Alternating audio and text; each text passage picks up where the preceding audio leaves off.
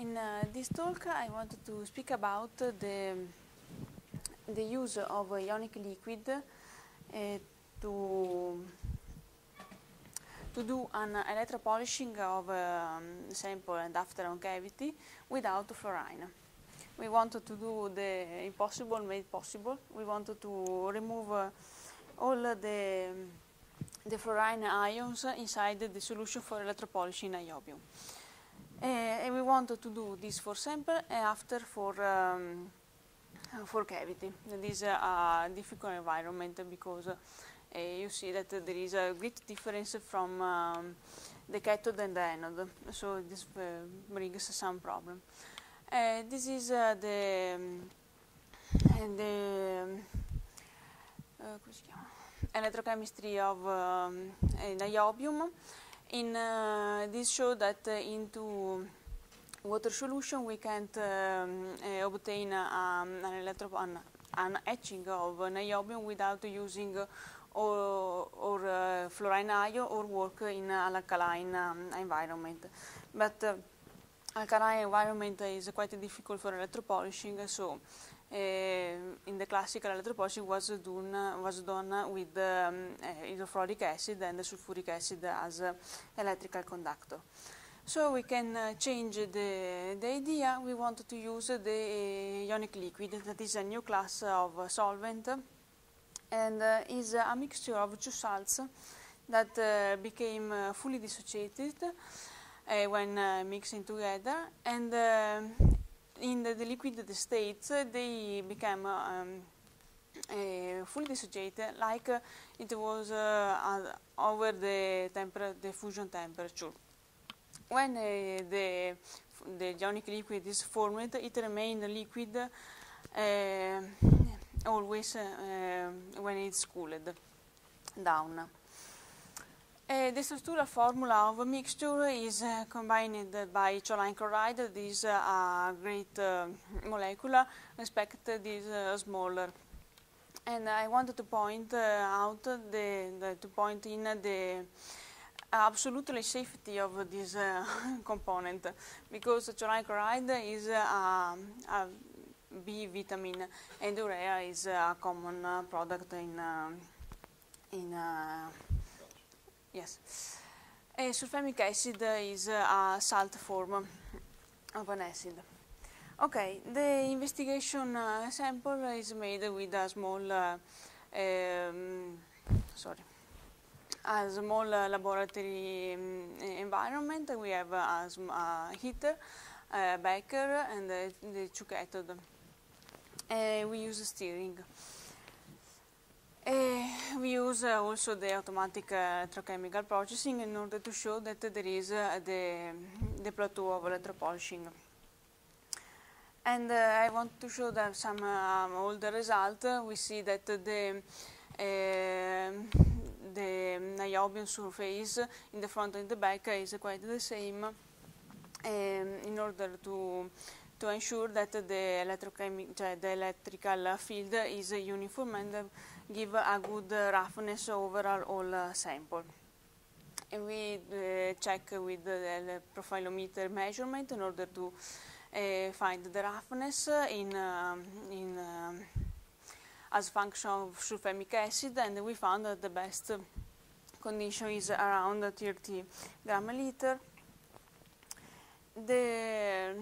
This is the last recipe that we found for sulfamic acid on the sample. And so we wanted to apply this is some explanation of a sample. The surface became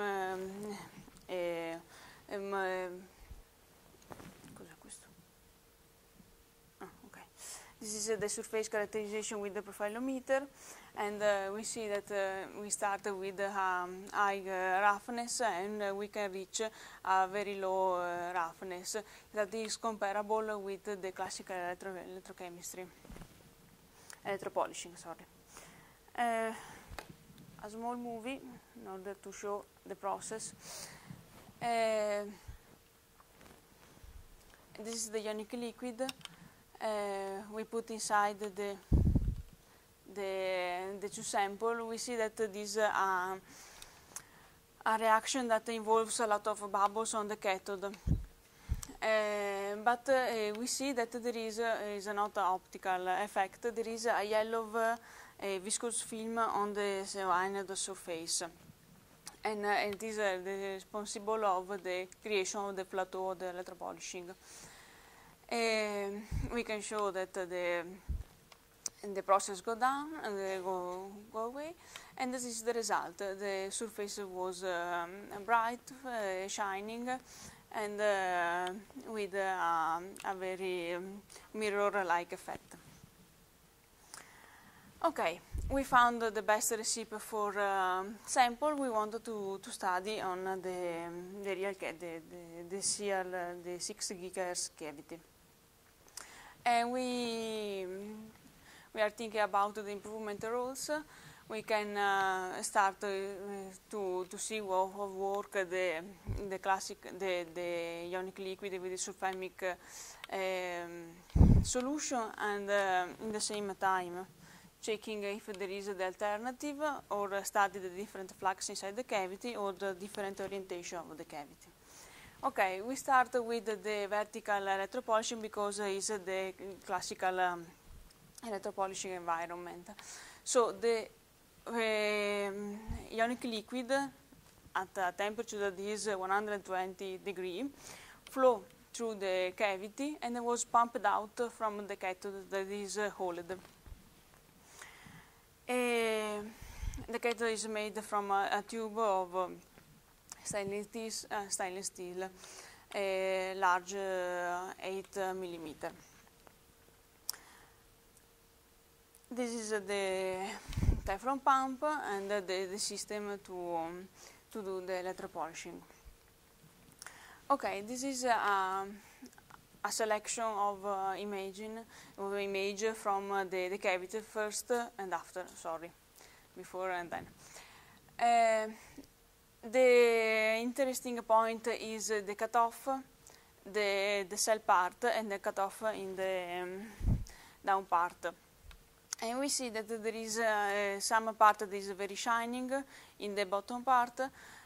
The cell is quite bright, but in the upper part is not so good. We see that there is some matte part. One of these cavities was measured, and the Q factor was near and in one case below of the Q factor of electropolished classical. Okay, so we study another technique to do the electropolishing. We want to study instead a bulk cathode. We want to do a broken cathode. This broken cathode permits to create a different flux environment inside the cavity. There is two possibilities of flux, from the cathode out of flange, or from the flange outside from the cathode. The classical recipe was classical for ionic liquid was tested from flange to cathode, and we see that this some part that is lesser bright than the other. In fact, the best surface quality appeared at the bottom, the bottom part. The opposite configuration brings a lot of bubble, and we do 2 tries, but after we leave it this way. Okay, we are thinking about that is not only a problem of flux, but that the electrical field that is inside the cavity was different, because the cathode is very thin, the cavity is bigger. So we try using other a regulator, and we do a long test. We found that the ammonium sulfate is quite similar to sulfamic acid, but ammonium persulfate have a good characteristic that can permit to lower the voltage necessary to break down the electrical the niobium oxide on the surface. So we start to do a study of ammonium persulfate to lower the voltage necessary to break down the oxide, but moderating this effect with sulfamic acid, because the sulfamic acid brings a more uniform surface. The ammonium persulfate creates some pitting inside. So we start a test on sample, and after we find a new recipe, and we apply on cavity, and we found that we need to change a little the quantity of ammonium persulfate that we put inside. Okay, show quite some photo. This environment is vertical. The flux is from flange to cathode. There is we can choose the distance between the cathode. The cathode is distance 10 millimeter, and we see that the flux design some line on the surface, but the overall surface of the cavity is bright and shining.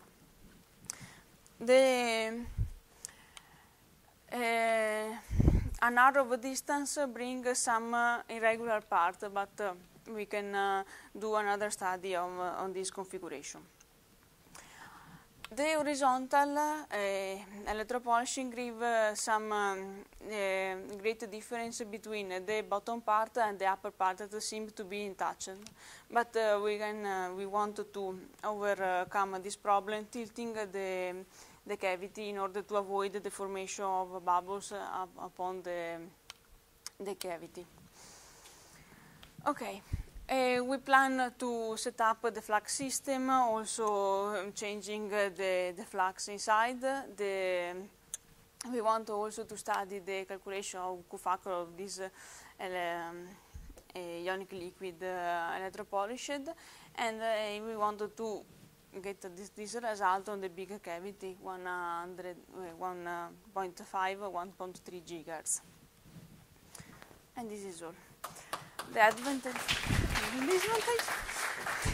Sorry. The classical EP is very dangerous. Can you speak about the advantages and disadvantages? Infatti. Sorry. The advantage of the ionic liquid is that the component is not dangerous, and it is not dangerous for the cavity. If you put inside a piece of niobium, it isn't etched by this solution. The process speed is very high. I don't speak about this, but it is 10 times higher than the normal electropolishing classical. We don't need a pretreatment. The working temperature is quite high, 120, 160, in order to avoid water impurity inside the melt. So, and now I finish.